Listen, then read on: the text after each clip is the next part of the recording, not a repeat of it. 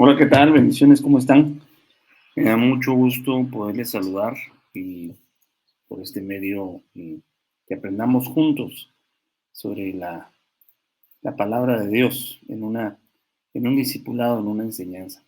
Quisiera invitarles a que hagamos una oración y le pidamos a Dios que nos ayude, nos dé la sabiduría, la dirección y la guianza de su Espíritu Santo para que podamos aprender juntos. Amén. Padre Santo, te damos muchas gracias, Señor, por este privilegio, la oportunidad que nos das de acercarnos a tu mesa y comer, partir el pan, Señor, con aquellos que tienen hambre, Señor, que tenemos hambre. Señor, me das el privilegio, Señor, de compartir, Señor, esta bendita palabra.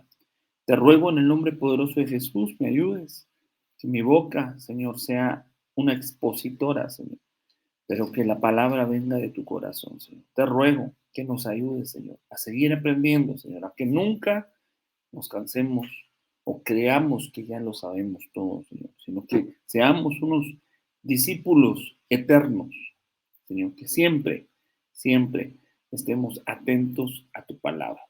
Amén. Mis amados hermanos, quiero que sigamos aprendiendo un poquito acerca de las tijeras de Dios. Esto lo empezamos a escudriñar un poquito desde el viernes, ¿no? Claro, en una temática un poquito más familiar, pero entendiendo de que Dios quiere separar algunas cosas, ¿no? De nuestra vida, ¿no? Si vemos desde Génesis, Él empieza poniendo en orden el mundo, ¿no? Y pues lo que hizo es separar las cosas, ¿no? Poner cada cosa en su lugar, ¿no? No siempre una separación es algo negativo. Si fue algo que Dios no quiere unido, la separación es necesaria, ¿no? Lo vimos en el caso de Lot, de Abraham, fue una separación necesaria, ¿no? Ya que Dios le había indicado a Abraham que saliera él y su familia, es decir, eh, pues Sara, ¿no? Sarai. Eh, y él se llevó pues a su papá, se llevó a su sobrino, ¿no? Y cuando se separa de ellos, pues Dios viene como que a manifestarle, ¿no? Su promesa, su pacto, ¿no? Entonces yo quisiera que hoy le pidamos al Espíritu Santo que nos ayude a entender qué es lo que Él quiere separar de nosotros, ¿no? Y tiene que ser Él, no nosotros que expulsemos, ¿no? Sino que Él eche de nuestra vida, de nuestra casa, aquello que nos está de alguna manera haciendo un contrapeso, ¿no? Recordábamos también el viernes que en la casa de Jairo habían ciertas personas pues que no contribuían para que el milagro sucediera y por lo tanto el Señor les pidió que se fueran de la casa, ¿no? Y estando solo los padres, tres de sus discípulos y la niña, hizo el milagro, ¿no? Entonces hay veces que hay personas que lo que hacen es estorbo, ¿no? O cosas, ¿no? Entonces el Señor las quita y después hace el milagro en nuestra vida, ¿no? También el domingo mirábamos algunos puntos sobre eso, ¿no? Yo quisiera que siguiéramos en esa línea de pensamiento, en esa línea de escudriñar la palabra y ver qué es lo que las tijeras de Dios tienen para nosotros. Amén. Entonces, el versículo áureo o principal es Cantares 2:11, dice, pues mira, ha pasado el invierno, ha cesado la lluvia y se ha ido, han aparecido las flores en la tierra y ha llegado el tiempo de la poda, ¿no? Poda es cortar algo, ¿no? Es separar algo de, en este caso, de un árbol, ¿no? O de una viña, ¿no? Es una separación y para eso se necesitan unas tijeras especiales que si ustedes han visto algún jardinero, pues ustedes las verán, son unas tijeras enormes, ¿no? Que sirven para cortar las ramas, ¿no? Y poder eh, dejar aquel árbol tal vez un poco reducido, ¿verdad? Aunque no pelón, ¿verdad? Pero quizá estaba demasiado grande y lo se hace con un propósito de beneficiar el fruto, ¿no? Entonces, hay un tiempo de poda, no es siempre, no. Y en un momento específico, ahorita vamos a ver en qué momento se dan esas podas, ¿no? Eh, entonces, ¿cuál es la razón de la poda? ¿No? La poda no es para destruir el árbol, sino tiene un beneficio para el árbol, ¿no? Pareciera que al inicio no es grata la poda, a nadie les gusta tener menos de lo que ya tiene, ¿no? O que le quiten algo, ¿no? Pero si esa poda eh, trae un propósito, un beneficio, al final se compensa, es decir, vale la pena, ¿no? Entonces, si Dios saca sus tijeras, posiblemente en ese momento haya dolor o una incomprensión, ¿verdad? De por qué Dios nos está quitando algo. Pero a largo plazo, uno dice, qué bueno que me podaron, qué bueno que me sacaron de ahí, qué bueno que me quitaron esas cosas que no me beneficiaban. En su momento no me gustó, pero gracias Dios. Pero eso quizá un tiempo después, ¿no? Cuando se ven los resultados, cuando se ve el propósito de la poda, uno puede decir gracias, ¿verdad? Entonces, mire, quiero que veamos algunos puntos, ¿no? Esto lo extraje de personas que se dedican a las viñas, ¿no? Se dedican a trabajar con, con, con las vides, ¿no? Literalmente, ¿no? Y podemos aprender un poquito de eso también.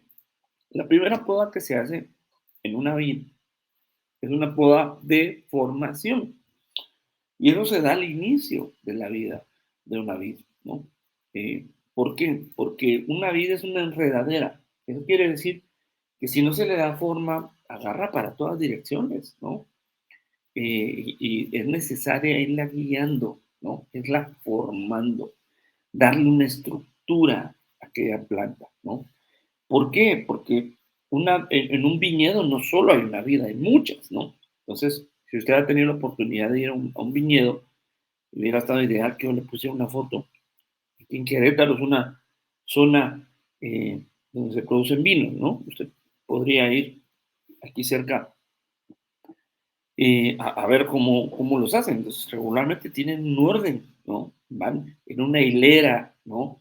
Todas las plantas más o menos tienen un mismo tamaño, ¿no? Pero eso no es al azar, sino que vino el viñador y la formó, ¿no? La fue recortando de tal manera de irla dando dirección, ¿no? Definición, ¿no? Y si va agarrando para un lado que no me interesa, es cortada, ¿no? Y esto retrasa un poquito que la planta dé frutos, pero a largo plazo va a ser mucho más fácil recoger los frutos, ¿no? Entonces está siendo preparada para producir en el futuro. Esto quiere decir que esto se hace antes de la producción, antes de que alguien dé fruto, necesita pasar un proceso de poda de formación. Yo quisiera pues, poner algunos ejemplos, ¿no? Por ejemplo, alguien para que está siendo discipulado, es parte de la poda de la formación. ¿Para qué? Para que el día de mañana se le delegue, se le dé tal vez un grupo de discípulos y él los pueda formar. Pero si alguien que no ha sido formado empieza a formar a otros, el resultado no va a ser bueno, ¿no? Va a ser una deformación, ¿no? Pero si alguien está siendo formado, posiblemente Dios en el futuro le quiera dar el privilegio de discipular a otros. Y eso es hermoso, ¿no? Eso es lindo, es parte del trabajo en equipo que tenemos que hacer como iglesia. Yo sigo siendo un discípulo. No significa que he dejado de aprender. Soy un eterno estudiante. Me voy a ir con el Señor, ya sea por el arrebatamiento o por la vía de la muerte. Y hasta ese último día voy a seguir aprendiendo. Es más, yo creo que vamos a estar allá con el Señor y vamos a seguir aprendiendo. Me imagino, ¿no? porque nuestra capacidad mental es reducida, ¿no? Comparado a lo grande que es Dios y a todo lo que tiene Dios, a todo lo que ha creado Dios. Hermano, es infinito, es vasto. Entonces necesitamos seguir siendo formados. Entonces, hermano, déjese formar, déjese instruir, déjese discipular. Eh, Algunos hermanos vienen de otras iglesias, de otros ministerios, con otras doctrinas, enseñanzas, ¿verdad? Entonces es necesario que pasen por un proceso de, pues, de alineamiento, ¿no? De la doctrina, ¿verdad? Para que podamos todos tener el mismo, el mismo camino, ¿verdad? Doctrinal y ministerial, ¿no? Y entonces dejémonos, ¿no? A veces cuesta dejarse formar por algo. Ok, la segunda fase es la poda de la fructificación. Entonces, cada invierno, cuando la planta está reposando, ¿por qué? Porque la planta tiene una sangre que se llama la savia, ¿no? En el invierno la planta reposa en las raíces, es decir, deja de circular. En el tronco, pues el tronco se mira como que está seco, ¿no? En el invierno, porque la savia no está en una circulación, sino que lo que está es reposando, ¿no? Preparándose, tomando fuerza para la primavera, ¿no? Entonces, la estructura de ramas pareciera que se muriera, ¿no? Entonces es el momento ideal para recortar la cantidad de ramas, ¿no? ¿Para qué? Para que cuando venga la primavera haya menos ramas, pero que la savia, que el nutriente se distribuya mejor y el fruto sea más dulce, más rico, más delicioso, ¿no? Si tiene mucho que alimentar, pues posiblemente no va a lograr distribuir o que todos los frutos sean buenos. Es mejor que haya menos frutos, pero de mayor calidad, que muchos frutos de una calidad mediocre. Miren, voy a poner un ejemplo, tal vez no es el más adecuado, pero usted me va a entender. Imagínense una familia que tiene 10 hijos, ¿no? Y una familia que tiene 2 hijos, ¿no? Y ambos tienen más o menos los mismos recursos económicos, ¿no? Entonces, en la familia de 10 hijos, el alimento se tiene que distribuir entre 10. Y en la familia de 2, la misma cantidad de alimentos se tiene que distribuir entre 2. ¿Qué familia va a ser mejor alimentada? ¿La de 10 o la de 2? Es evidente, ¿va? Que la de 2, ¿no? ¿Por qué? Porque los recursos se distribuyeron en una mejor proporción, ¿verdad? Que entre 10, ¿no? Entonces, lo mismo pasa acá, ¿no? La savia alimenta tal vez una menor cantidad de ramas, de sarmientos, ¿no? Y deja un mejor resultado, una mejor cosecha, ¿no? Eh, y la última poda es una poda de limpieza, ¿no? Esto se da al finalizar la cosecha, ¿no? Entre primavera y verano, cuando la vid crece. Entonces mantiene la sanidad y la eficiencia de la planta, ¿no? Se limitan los brotes innecesarios, que es los chupones, ¿no? Um, los chupones son partes que se de la planta que no están contribuyendo se alimentan de la planta, pero no contribuyen a la planta. Crecen cerca de la planta, pero no son parte de la planta. Entonces, están robando energía, ¿no? Y es necesario recortarlos para poder darle atención, ¿no?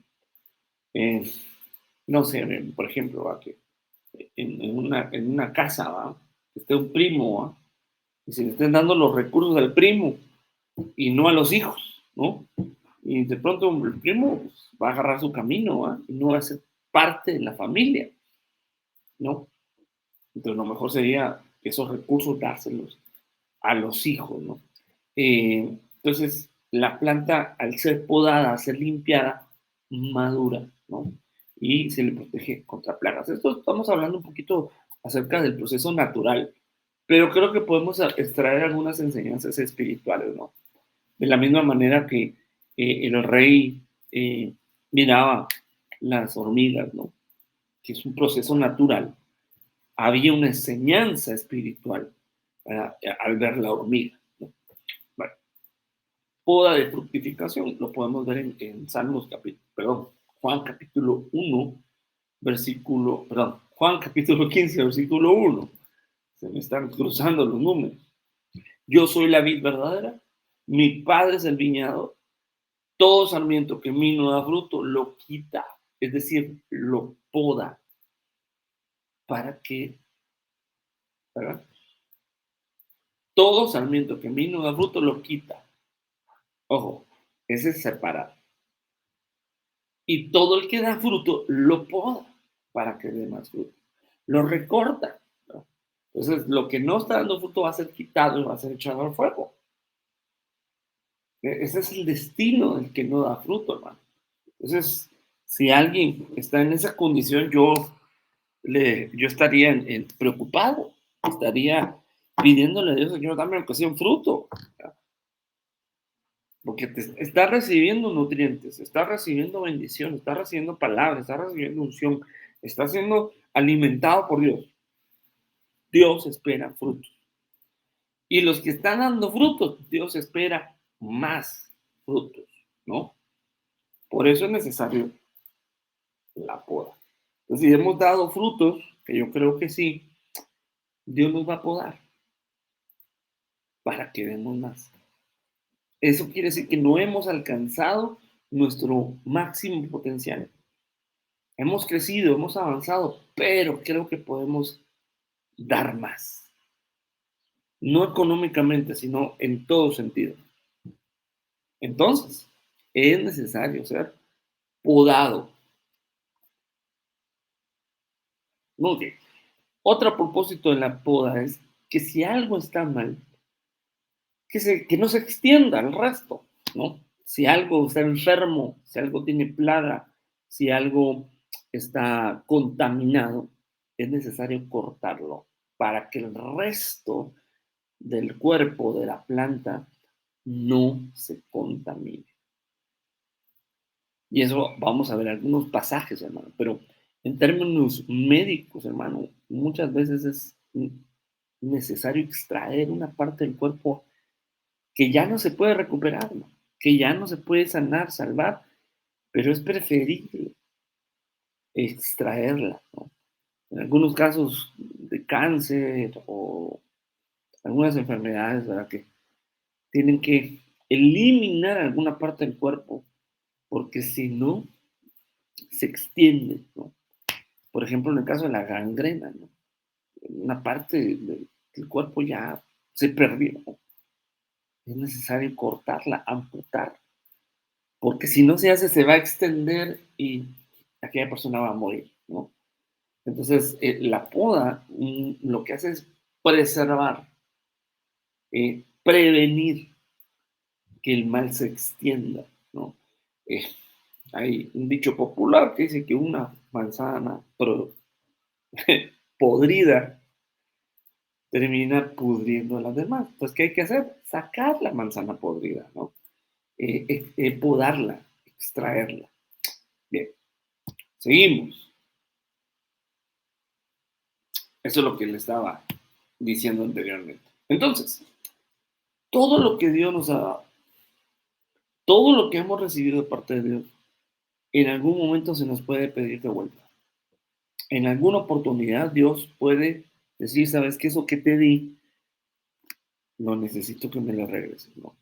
1 Corintios 4, 6 y 7 dice, por esto, hermanos, los he presentado, lo he presentado como ejemplo en mí y en Apolo, por amor de vosotros, para que nosotros aprendáis a no pensar más de lo que está escrito. No sea que por causa de uno os envanezcáis unos contra otros, ¿no? Porque, ¿quién te distingue? ¿O qué tienes que no hayas recibido? ¿Qué tienes que no hayas recibido? ¿Qué tenemos que Dios no nos haya dado? Yo diría que todo, todo. Todo lo que tenemos ha salido de la mano de Dios. Por lo tanto, le pertenece a Dios.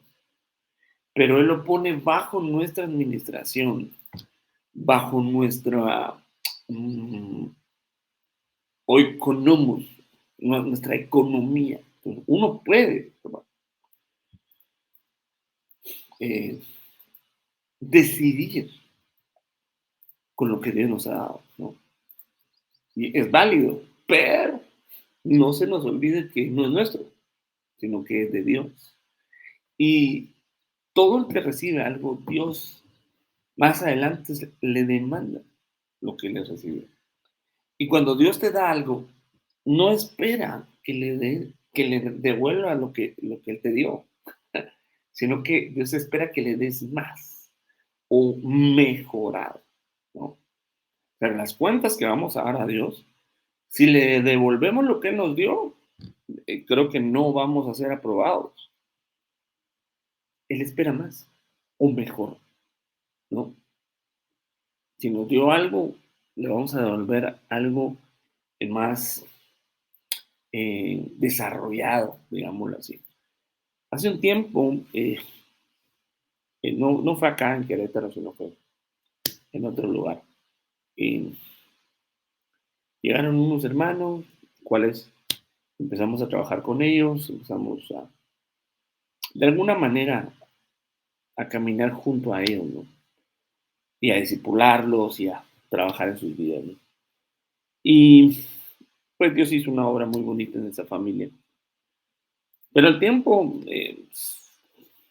por alguna razón, se retiraron, ¿verdad?, de la iglesia. Y la verdad vino un dolor a mi corazón muy grande.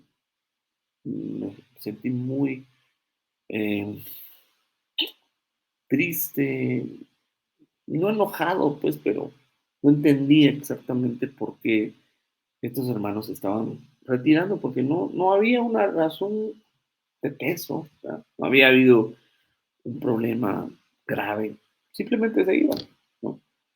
Y al irse, pues yo le preguntaba al Señor, y el Señor trajo a mi mente un pensamiento, eh, algo que me trajo mucha tranquilidad y mucha paz. Y el pensamiento fue este, ¿no? Es, evalúa cómo llegaron y ahora evalúa cómo se fueron, ¿no?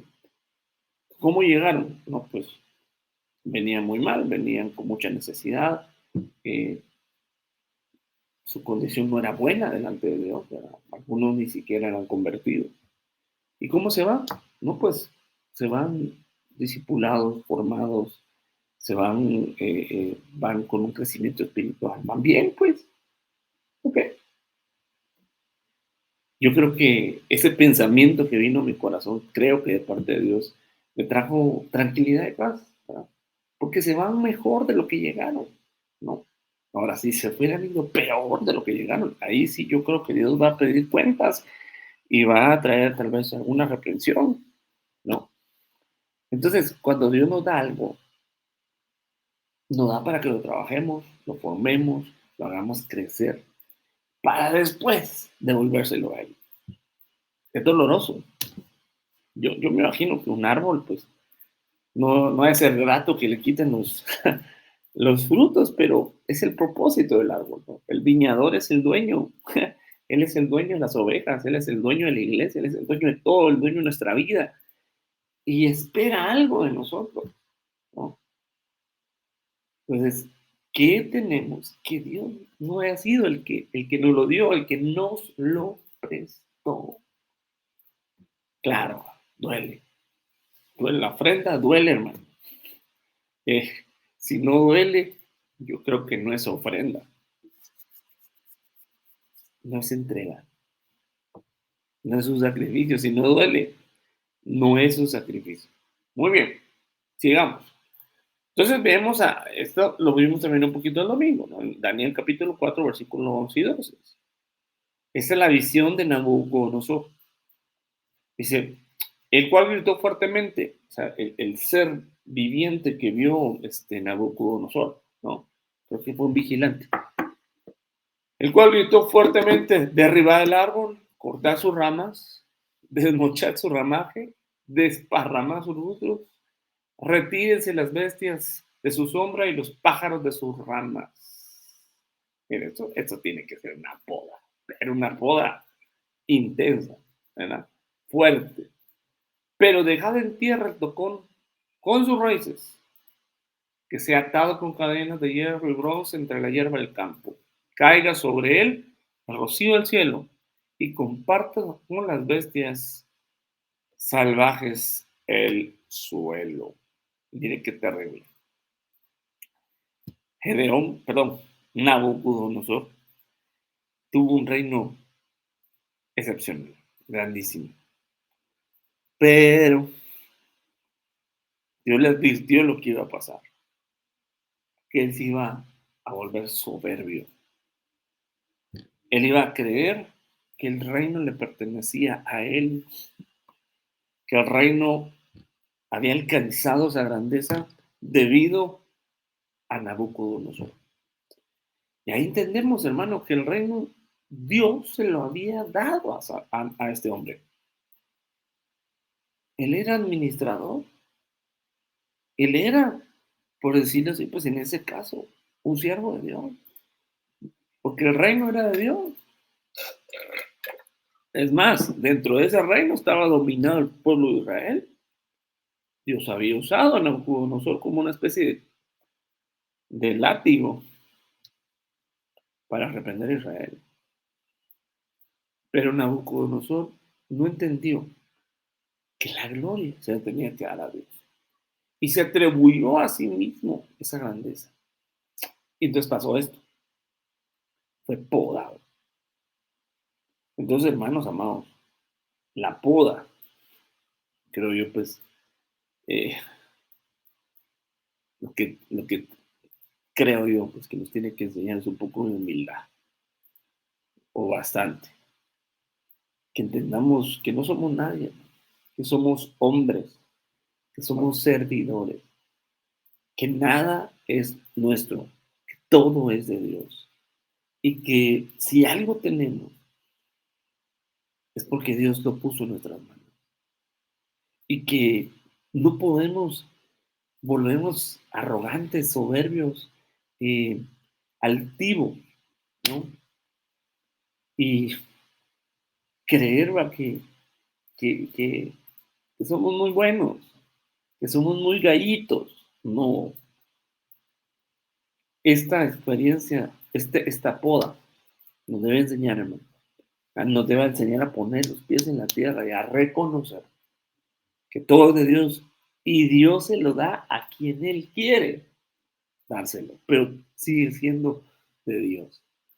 Entonces, quisiera que avancemos, ¿no?, con otras podas porque el objetivo es complementar a lo que ya enseñamos, ¿verdad? O Dios nos enseñó, ¿verdad? Poda de Gedeón, también revisamos un poquito el domingo, ¿no?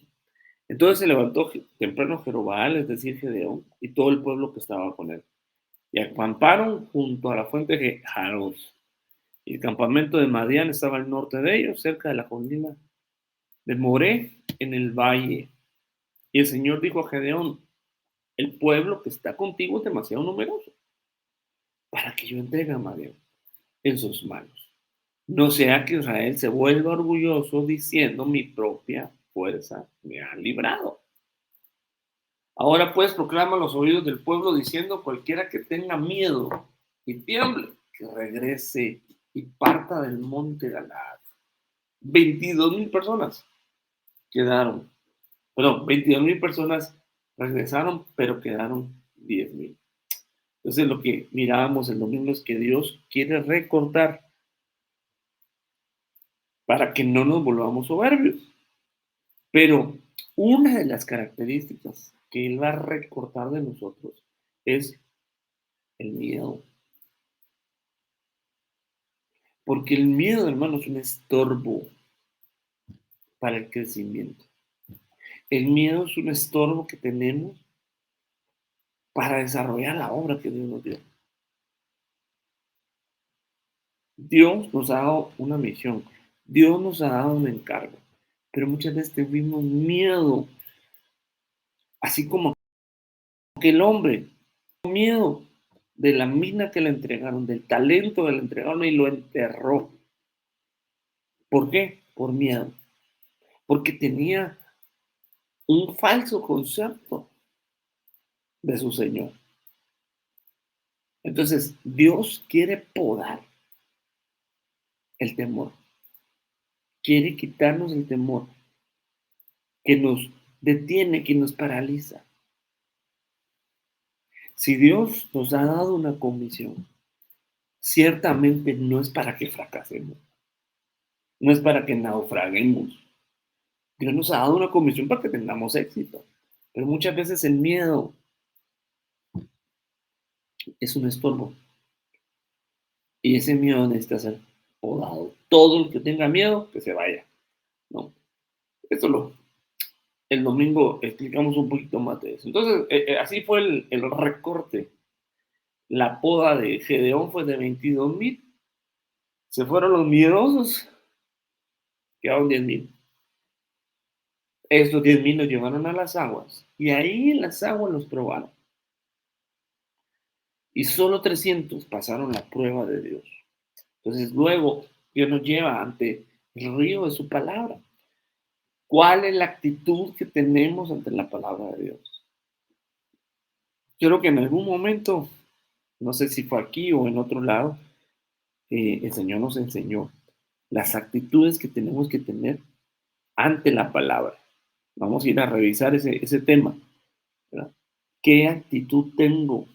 ¿Cómo me presento ante la palabra de Dios? Porque Dios nos habla, el río fluye, pero muchos no están con la actitud correcta, ¿no? Por ejemplo, una actitud que tengo que tener ante la palabra es fe. Tengo, tengo que recibir la palabra con fe. Porque si no la recibo con fe, perdón, tengo que ser un hacedor eficaz.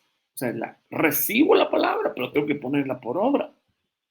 Entonces, solo 300 tuvieron la actitud correcta y una actitud que Dios le dijo, pues como el perro lame.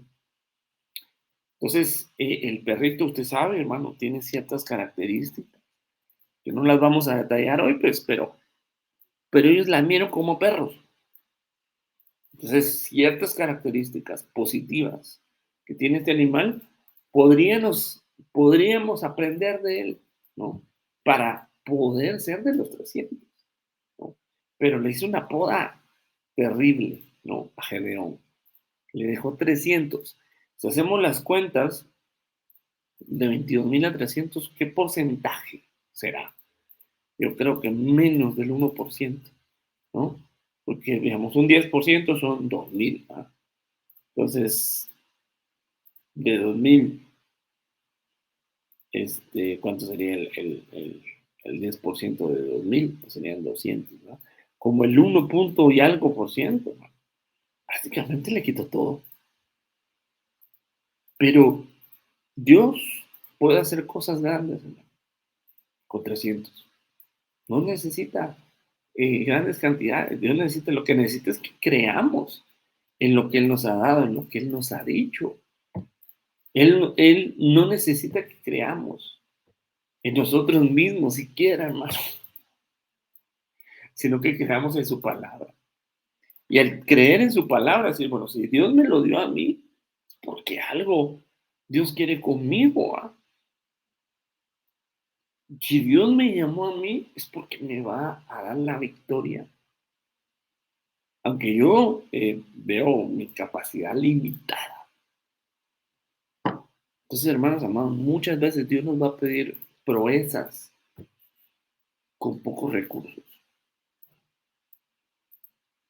Dios nos va a pedir hacer algo y al parecer no tenemos la capacidad.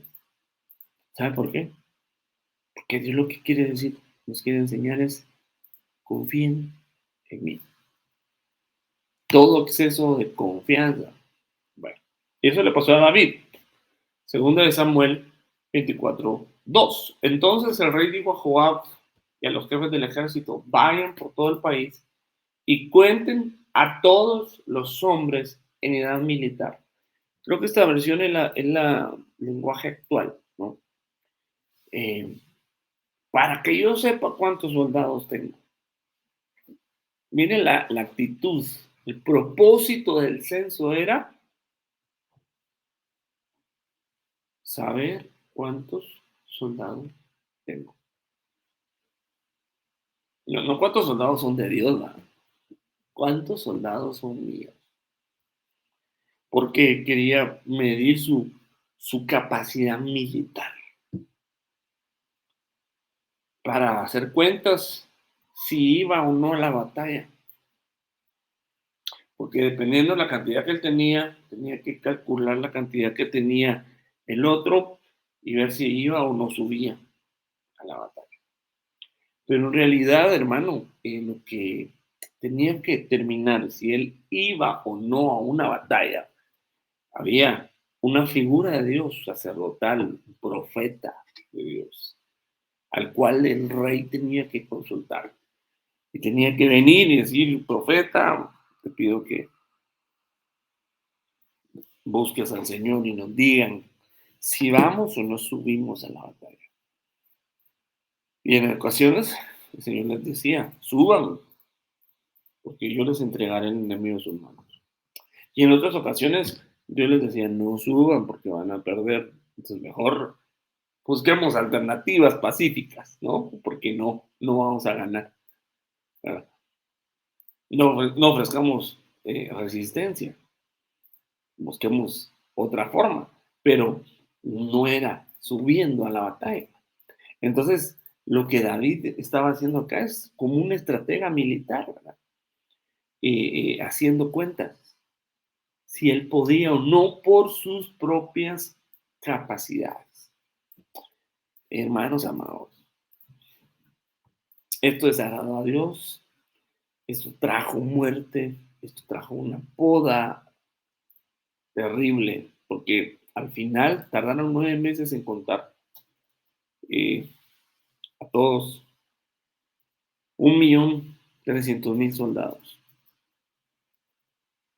Pero después de la poda, hermano, eh, quedaron 1.230.000.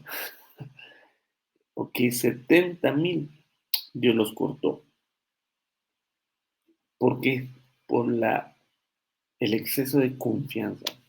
Por poner su confianza en su ejército.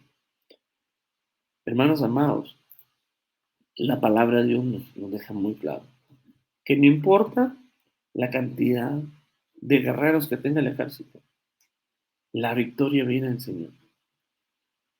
¿Cuántas veces, hermano, venía un gran ejército y el otro tal vez no tenía ni soldados, pero el ejército fue derrotado? Porque la victoria viene del Señor.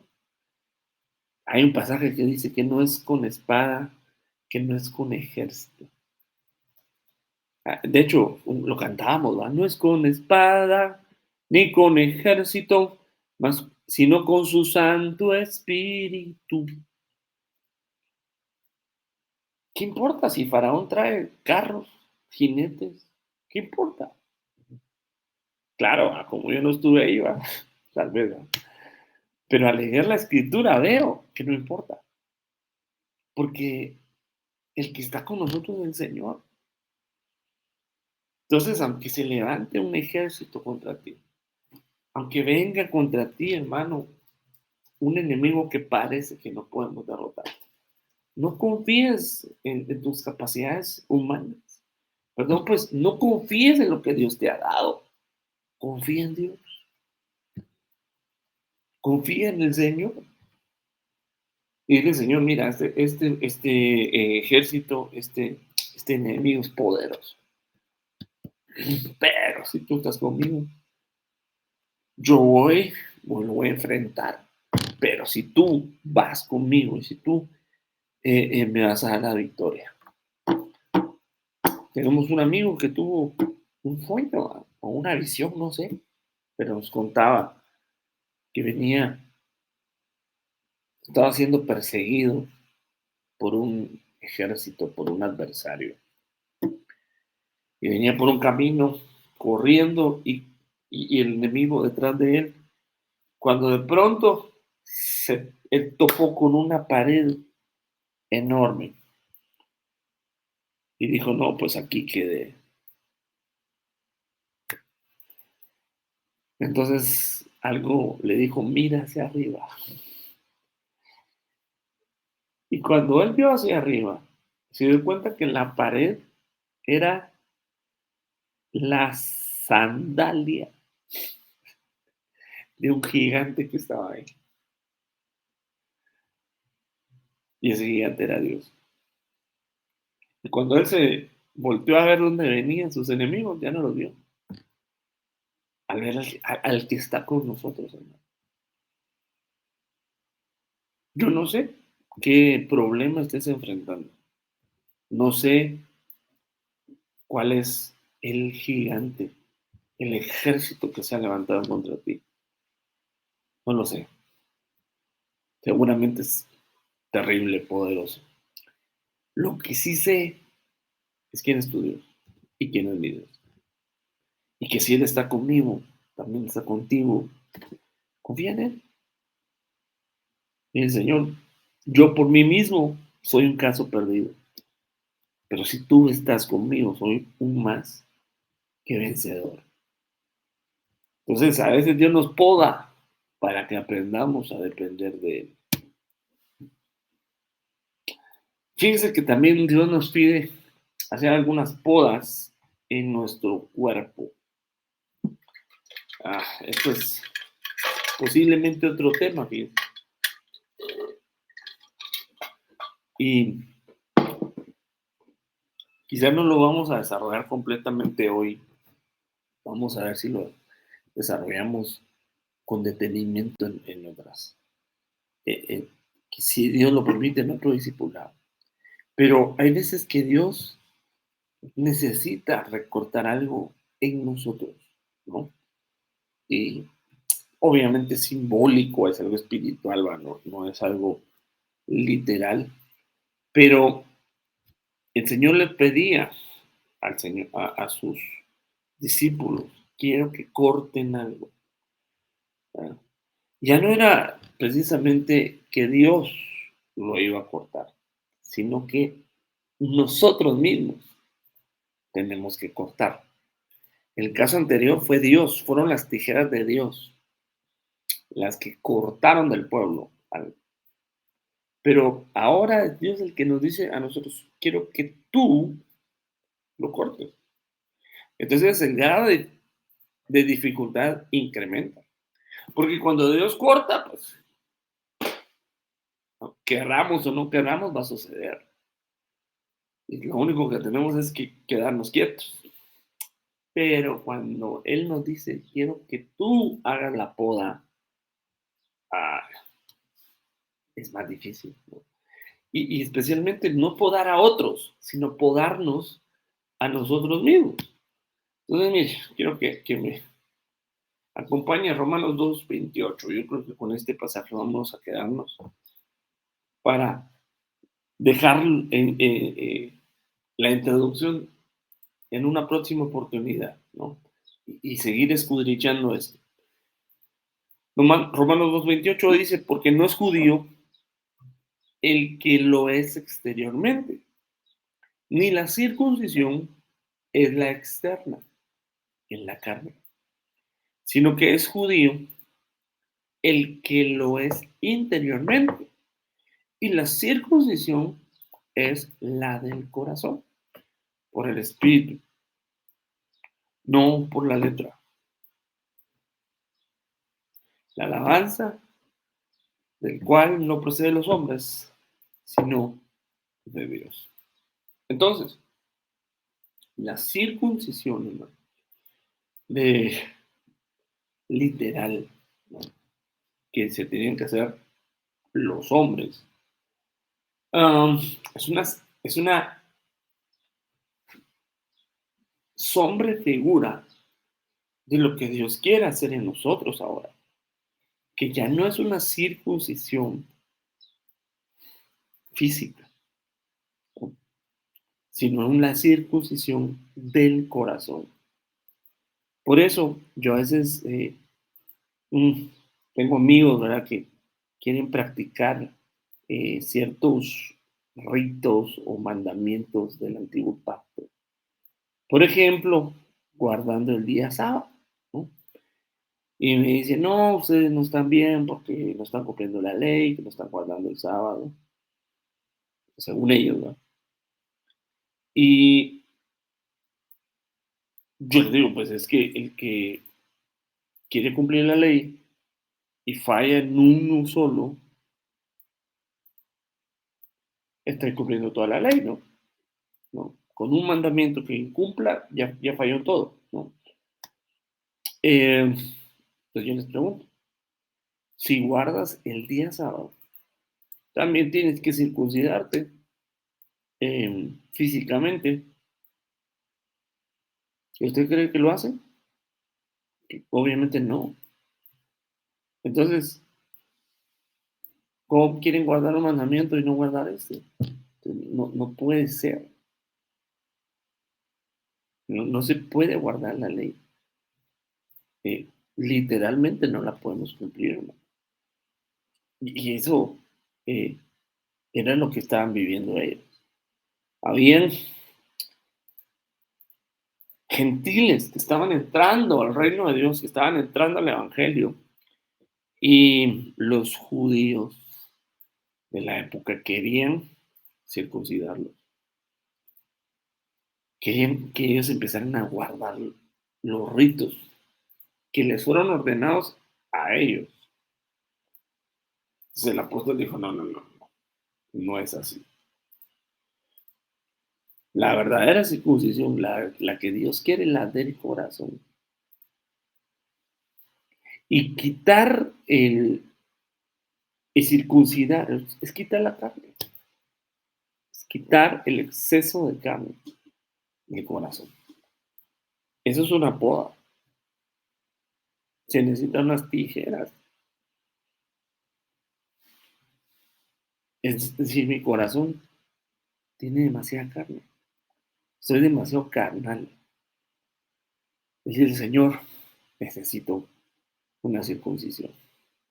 Y antes eran solo de los hombres, ahora también las señoras se pueden circuncidar. Todos. Todo aquello que nos estorba en nuestro corazón, toda carnalidad, toda obra de la carne, hay que circuncidarla. Aquí tendríamos que desarrollar eso, ¿verdad? ¿Cuáles son las obras de la carne? ¿Cuáles son las características de la carne? ¿Cuál es el producto de eso? Y son cosas que Dios quiere quitar de nosotros, ¿no? Pero también la circuncisión era una señal de pacto. El que estaba circuncidado era una persona que tenía era una forma de decir, Señor, tengo un pacto contigo. Yo me recuerdo que cuando David se refería a Goliat, no le decía gigante, sino que decía incircunciso. No le decía Goliat, gigante filisteo. No, no, él decía incircunciso. Quiero decir, yo tengo un pacto con Dios y ese no tiene un pacto con Dios. Por lo tanto, lo voy a derrotar. Porque yo tengo una promesa de parte de Dios. Yo le hice una promesa a Dios y Dios hizo una promesa. Eso es un pacto. Y yo sé que Dios está conmigo. Y ese, ¿quién? ¿A quién tiene? A nadie. Entonces la victoria está segura. Pero quizá hay veces que hay incircuncisos dentro de la iglesia. Y por eso tenemos muchos problemas. Mis amados hermanos, la enseñanza del día de hoy, hasta aquí la dejamos. Pero le pido al Señor que reflexione en su corazón qué cosas Él quiere quitar de su vida, porque esto es personal, ¿va? Pídele a Dios y yo le voy a pedir también. Es decir, pidámosle, Señor, necesito una circuncisión, necesito que saques tu tijera y me cortes de mí aquellas cosas que me están siendo estorbo. Padre, en el nombre de Jesús te agradezco con todo mi corazón, Señor, la oportunidad que me das de hablarle a tu bendito pueblo, Señor, a tus hijos, Señor, rogándote que sea tu Espíritu Santo utilizando mi boca, mi lengua, mis labios, Señor, para trasladar tu enseñanza, para trasladar tu palabra, Señor. Te ruego, Señor, me ayudes. A mí, primeramente, a ser circuncidado. Señor, que se quite de mí, Señor, todas aquellas cosas que me están estorbando, Señor, en mi relación contigo, Señor. Te lo ruego en el nombre de Jesús, Señor. Señor, si es necesario ser recortado, por más doloroso que sea, Señor, haz lo que tengas que hacer en nosotros. Y ayúdanos, Señora, danos la fuerza para soportar el dolor, pero también la esperanza que tenemos, Señor. Así como Cristo, Señor, pudo soportar la crucifixión al ver el gozo que venía, al ver el fruto de su muerte, Señor, pudo soportar el sacrificio.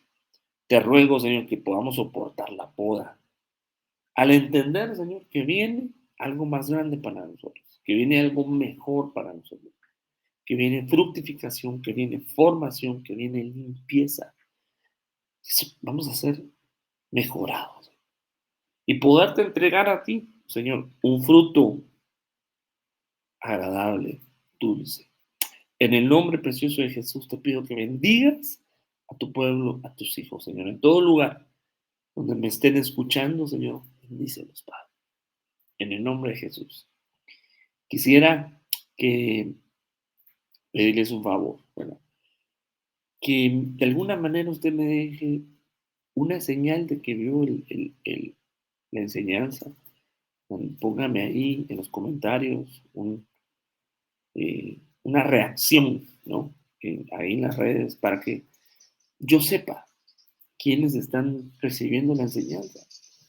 La desventaja de estos medios es que no sé exactamente quiénes lo ven, pero si usted me pone un mensaje, me pone un amén, me pone por ahí, o lo comparte, ¿verdad? También yo me doy cuenta de quiénes están ahí, ¿verdad? Detrás de la pantalla. Los bendigo en el nombre de Jesús y espero que muy pronto nos podamos ver. Hasta pronto. Bye.